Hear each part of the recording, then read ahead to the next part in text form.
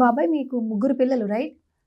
అంటే ఫస్ట్ పెద్ద అబ్బాయి అబ్బాయి తర్వాత ఫస్ట్ పెద్ద అమ్మాయి అమ్మాయి అమ్మాయి తర్వాత ముగ్గురు కొడుకులు.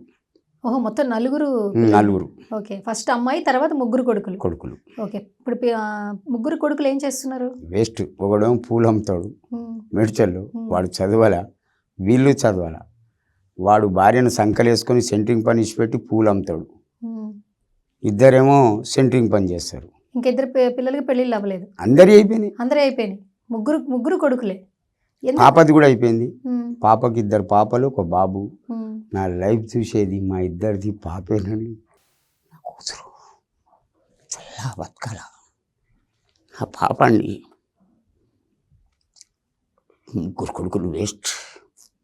మళ్ళీ ఆమెనే తిడతారు, ఫోన్ చేసి ఆమెనే తిడతారు. నా పెద్ద కొడుకు మూర్ఖుడండి.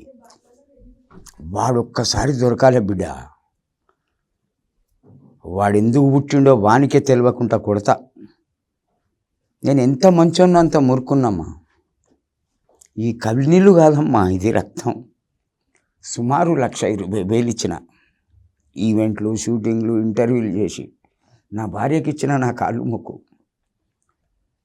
ఆ కొడుకు బాగా దాగచ్చి నన్నే కొట్టిండమ్మా. నా జేబులో 150, 200 ఉండే. బస్సు తీసుకున్న టికెట్ చక్కగా వచ్చేసిన. అక్కడ నాకు ఉద్దెర కూడా ఇచ్చేది మందు.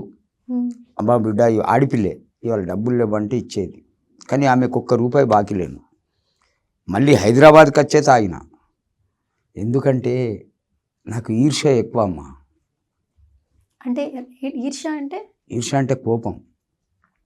మంచితనానికి ఇక్కడికి ఇస్తా, నన్ను రెచ్చగొట్టిందనుకో పిచ్చ కొట్టుడు కొడతా. అది నా తత్వం.